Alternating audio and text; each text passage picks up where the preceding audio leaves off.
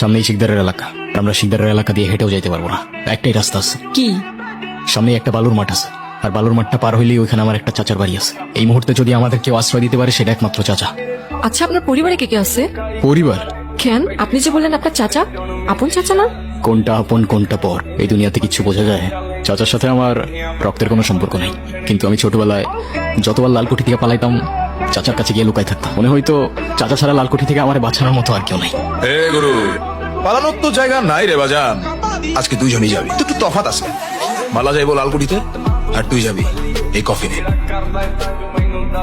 কফিনে না হয় মাটির নিচে, আজকে না হয় কাল তুইও যাবি শিকদার। সময় গুনতে থাক। আমারটা খায়া পইরা বাইচা আসোস, আমারই ছবল মারতাছোস। খোদার বান্দা, খোদায় খাওয়াইছে, খোদায় বাঁচাইছে। নিজেরে খোদা ভাবিস না, খোদা ছাড় দেয় কিন্তু ছাইরা দেয় না।